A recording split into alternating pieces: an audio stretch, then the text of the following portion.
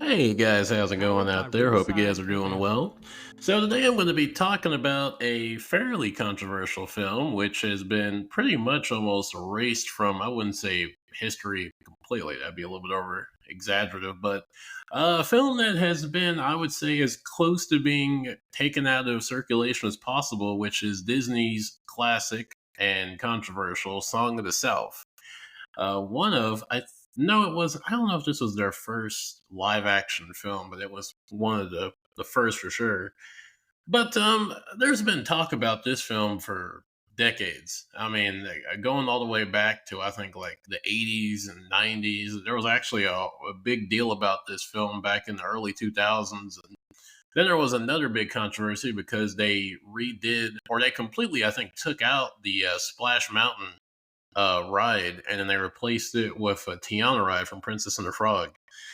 And so this film has been definitely talked about for decades and decades. And I was curious about this film because I had never seen the film before. I had seen clips of it, and I had seen little bits and pieces of it and photos, and yeah, I'd seen the song which was on YouTube, but I never actually got to see the movie until this year. And I got to see this film in a very just by coincidence way.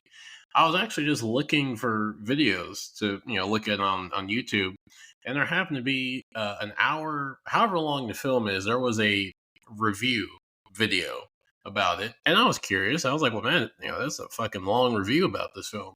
And so I started looking at it, and it dawned on me that oh shit, this is just a movie.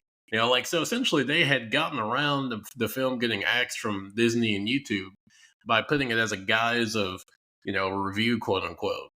And so they, had the full film. And so I was able to actually watch this film in its entirety for the first time. And after watching the film, I have to say, I feel like the controversy around this film is far more interesting than anything in this film has, at least mostly. Um, the film for me is if you take out the animated parts, if you take out Uncle Remus with the Zippity Zoodah song, this film is just astoundingly uninteresting. Really, none of the characters besides Uncle Remus and the Brer Animals are remotely interesting or even engaging. Johnny, who's the main character, the little kid, he's just there. I mean, at times he's actually fucking annoying. The other kid, he's just kind of there too. He gets weirdly kind of abused throughout the film for no reason. Like they kind of give him all this responsibility of like watching Johnny, even though they're like the same age, and like he's like supposed to like watch this other kid. And I'm like, they're like the same fucking age. Like, what? Why is he like having all this responsibility? I mean, not that he like gets like just horribly abused, but like when something happens to Johnny, they're like, "Oh my god, why the fuck did you not do anything?" It's like I'm the same age as him. Why didn't you like? Where's the adults at? Goddamn, But yeah, that was kind of interesting. And then there's the little girl who, to be honest, I could not be bothered to even remember or know her name. She's just there. And then they got the bullies, which show up throughout the film to kind of give Johnny some conflict to deal with, and you got Uncle Remus, who, funny enough, this film, the major criticism this film has had is about how it's horribly offensive and racially insensitive, and it depicts slavery in a positive way. Now that's something I want to talk about because uh, this film, I don't. I can, to a certain degree, see how people could come to that conclusion, but at the same time, I can't. Like, yeah, there are elements of like them kind of being like slaves, but not really. Like, people talk about how Uncle Remus is like portrayed as like a very complacent, happy slave. And it's like, I don't know how you can come with the conclusion that this guy's a slave when near the end of the movie, he straight up just up and leaves the whole like fucking place. Like he gets on a horse and buggy, packs his whole house up into a bag, and then bails. Like if that guy was a slave, he could not just up and leave and then come back at will. Like that's just not something you could do if you were a slave. So clearly they're not slaves. I mean, they'd be more akin to, I guess, like would it be like sharecroppers? Is more of like I think in that weird territory of like post slavery where like freed black people at that time. Like they really didn't have the means or capabilities as like as far as like resources and the means of like being able to build and have their own community. So they kind of were just like stuck in this limbo of like, well, we're already here. We might as well just like, chill here and work here. So like now they're more workers instead of like formerly what they'd be like slaves before.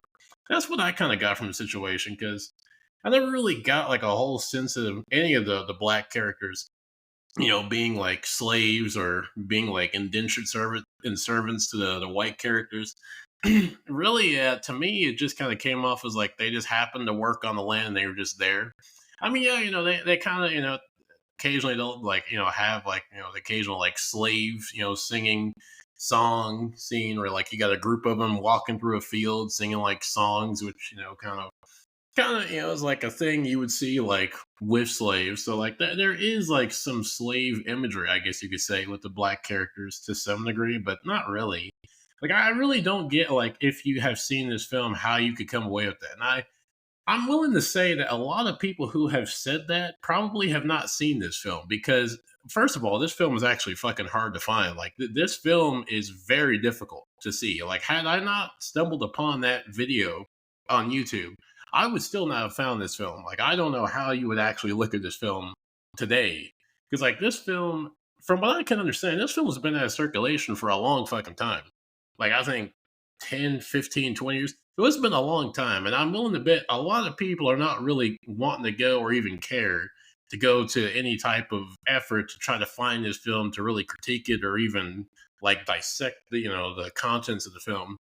So I have a feeling a lot of people who have criticisms about this film have kind of just like piggybacked on what people have said about the film and just like little splices of it. And also, I mean, it's a film from the 40s, which, already kind of gives it like a strike by default. You don't really think of films from the 40s being really the most progressive, especially when it comes to having black characters. I mean, you think of more of like the Amos and Andy and Mammy types of characters. You don't really think of the most progressive forward black characters. But yeah, I don't really see this film in any way being like derogatory towards black people. In fact, ironically, Uncle Remus is the highlight in several ways because Uncle Remus is like the only character, as far as like the human characters, who's actually enjoyable. Like he's a very jolly, upbeat, very personable, very friendly, very endearing. Like he's like pretty much the highlight of this film. Without him in this film would be damn near insufferable without the animation part, and that's also funny because the guy James Baskett, I believe his name was, the guy who played Uncle Remus, he actually voiced Brer Fox, and so on two fronts, Uncle Remus, technically James Baskett, is the highlight of the film. The black guy, him as Brer Fox is phenomenal. Actually, besides Uncle Remus, Brer Fox, Brer Bear, and Brer Rabbit, they are the MVPs of this film. They hard carry this film insanely. Which I actually want to talk about those characters because the animated parts of this film really are what saved this film. Like if they did not have the animated parts and it was just like a straight just live action film with just purely human characters, this film would be insufferable to get through. Like even with Uncle Remus, this would be a rough watch. But the little pieces of animation where you get the Brer characters, those are the highlights. Like especially the dynamic between Brer Fox and Brer Rabbit because it really has that like classic Looney Tunes, Bugs Bunny, Elmer Fudd, the enemy of the day of Bugs Bunny trying to capture him and Bugs Bunny, outmaneuvering him and pretty much making a joke of the bad guy. That's pretty much what not Uncle Remus, Brer Fox and Brer Rabbit's relationship is. It's just like Brer Fox trying to capture Brer Rabbit. Brer Rabbit outsmarts Brer Fox, or they capture him. Somehow, Brer Rabbit ends up escaping, even though he got caught. And it's just like an endless cycle, pretty much. Like so, it's funny. Even though this is a Disney film, it is a strong throwback to classic Looney Tunes. And I think what's What's really tragic, I think, about this film is how these characters have pretty much been blacklisted from ever existing outside this film, which is kind of wild. I mean, there are other animated characters, I'm sure, like the crows from Dumbo, but like there are kind of very few like animated characters. Like you think of actors, like real people being blacklisted from Hollywood for whatever reason. But to have animated characters be blacklisted, that's a whole other thing.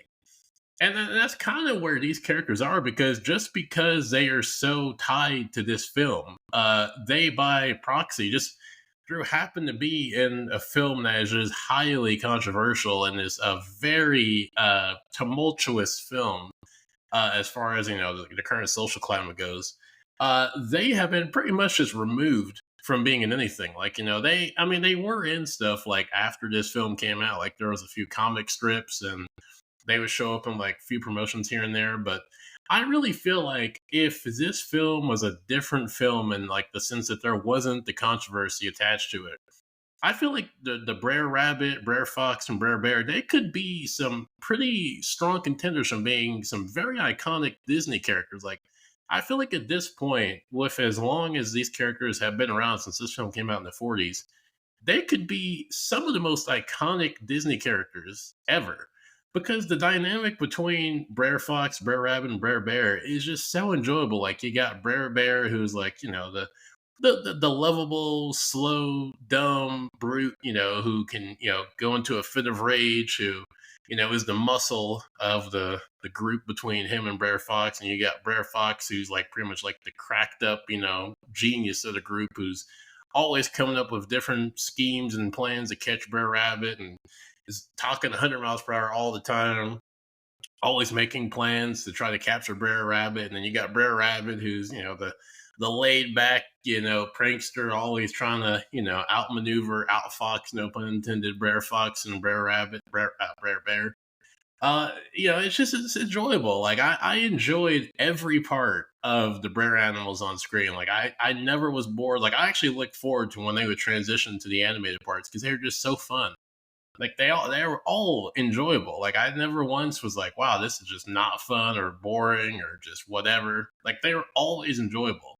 And I feel like it's just unfortunate that these characters are pretty much going to be forever just kind of in this like purgatory of just never showing up again. Because like I do not think Disney will ever put these characters in anything. Like kind of like how the crows in Dumbo, like they when there are characters that they seem as like a problematic character or whatever, they will just straight up never acknowledge or use that character, and they'll probably actually go to lengths of just straight up removing you from shit. Like when Disney had that 100-year Once Upon a Studio anniversary video, the crows from Dumbo were noticeably, well, maybe not noticeably, but they were not there. Obviously, because of the whole controversy with the crows and the Jim Crow controversy. So, characters, animated or not, who have controversial history, the Disney, they are not meek about getting rid of you indefinitely, which is kind of what has happened to these characters. They've just kind of been removed from history. And I mean, at this point, I'd say most people, rightfully so, don't even know who these characters are. Like most people don't even know who like the Brer animals are from the Uncle Remus stories, which is what the film is based on. So that's really unfortunate because I really think these characters they could have had so many fun, shorts and mini series and crossovers. Like there's just so much wasted potential for these characters that we'll just never see because they just happen to be in a film that Disney has tried to just pretty much erase from existence.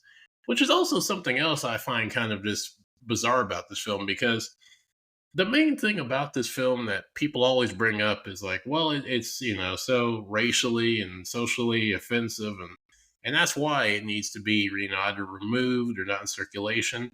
But then I question that, man, because like I look at films like Goodbye Uncle Tom, which is, I mean, it that film makes this look like the fucking McDonald like a fucking McDonald's cartoon. Like this that film is disturbingly atrocious, and that film is free on YouTube. Like you can straight up just go on YouTube. I think even on Amazon, it's on Prime. I think you can just go on. You can watch that film easily. That film is fucking horrible. It is horrific, and that film is allowed. But somehow this film isn't. Like I don't understand. Like I've not understood that, and no one's been able to explain this to me. If you have not seen, I don't actually. I don't, but I do recommend people who think that this film or films like this are so horribly offensive. I challenge you to watch Goodbye Uncle Tom and explain to me how is it that that film is readily available on almost any platform, but this film is damn near impossible to find anywhere. It makes no fucking sense. This film has no, actual slave owners or even like type of slave abuse or anything, but somehow this film is more, hard to find than Goodbye Uncle Tom, which is, I would say, for me at least, and I've seen my fair share of disturbing films. It's not maybe in the top five, but it's in the top 10 to 15. Like it's fucking terrible. Like I wouldn't recommend most people to watch that film because it is just like it makes you feel like you're watching something that probably should have never been filmed to begin with, and somehow that film's fine. I have not seen a single person as long as I've been aware of this film. I've been aware of Goodbye Uncle Tom for about 10 years now. I have not seen one person ever say anything about this film needing to be blacklisted. Not that, and I don't think that film should. Like I'm of the opinion that no film, no matter how disturbing, no matter how upsetting, no matter how poorly dated it's kind of age, I don't believe any film should be censored. At the end of the day, you don't have to watch any film. You're not being forced to watch Gone with the Wind or Song of the South or any film. Like, and also for me, there's maybe not so much nowadays, but for a good period of time, especially like the late 2000s or the 2010s, there was like a slave movie coming out like every fucking year, from 12 Years a Slave to Butler, Birth of a Nation. Like there was just tons of slave movies, and they're just all pretty much like some variant of just torture porn, just watching black people being horribly abused for an hour plus, and then having some bittersweet ending where one or so slaves, escape or something. But for most of the film, it's just torture porn, just watching people just suffering, being abused, being raped, being, dehumanized, and then having some kind of fucking, I guess, wholesome ending for some of them. And the argument people would have is like, well, we have to make these films because it's history. It's like read a fucking book. Like I don't need to watch 100 slave movies because nobody watches these films for actual educational purposes unless you're in college or high school. Nobody is watching any fucking film for educational purposes. I mean, you might watch a documentary for educational purposes, but you're not watching a film because also a film is just that. Like you're not going to get a whole lot of historical accuracy. 9 times, 10 times out of 10, actually. You see a film that's based on a true event or a character, a real person. Most of the time, the shit isn't even real. Most of the characters and stuff that happened in the film didn't happen. The person playing the characters don't look nothing like them. Half the time, the characters in the film aren't even real people. They're like hybrids of several different people combined into one person. So, like, you're not even getting the full context of this person's story and like their part in that person's story. So, like, yeah, I don't even understand like the whole point of like watching films for like historical purposes or like because it's history. It's like again, read a fucking book, look up shit. Like you don't need to see a film for to learn about how awful slavery was. I mean, you can do that in 5 minutes of Wikipedia. Jesus Christ, I kind of got off on the tangent there. But anyways, going back to Song of the South. I don't know. I just feel like this film, the controversy around the film is far more fascinating, far more interesting than the film itself. And I really feel like if people watch this film, that they would not have the reaction or even just like the perspective that they might have. Because I feel like a lot of people just kind of have a default mindset of what this film is because they've heard it so much. Not so much because they've watched the film, but because they've just heard that so much that they just assume, well, it's a film from the 40s, with a black person and a quasi slavery era. So it must be, horribly, offensive and racially insensitive. That sounds about right. But not really. I mean, if you can somehow watch this film and you haven't watched it, I would challenge you to watch it. I don't believe if you look at this film and look at almost any other slave film, this film is highly, highly child's play. There's no, elements of, slave abuse or even like outright slavery. None of that shit. It's just a very astoundingly boring, astoundingly uneventful character with very boring, paper thin personality characters. You know, and ironically, the highlight of the film on two fronts is the black guy. James Basket. And also with James Basket, it's also tragic because I might be wrong about this, but James Basket, I believe, was the first black male, or either he was the first black person or the first black male to win an Oscar, I believe. And he's been like the Brer characters. He's been just erased from history because he's in this film. So like all this talk that Disney does now about like empowering black artists and empowering black people and all this shit, well, they've just fucking caused a person who's a very significant person to black achievement in film to just be fucking forgotten in history because this is pretty much his only film that he ever did, and it's just been, and Disney themselves have made it their like one of their intentions to just make this film impossible to find. And so, ironically, through all this modern talk to do of like empowering black people and being progressive with minorities, they have indirectly caused a very significant person in black cinema to be forgotten. And not that James Basket would be an A-list household name like Sidney Poitier right now if this film was in circulation, but like he does deserve a lot of recognition for his accomplishments, and he just will never get there. Like, I mean, James Basket was a very talented actor. Like he wasn't actually as old as Uncle Remus. Like they had to use makeup to make him look that way. He was actually far younger.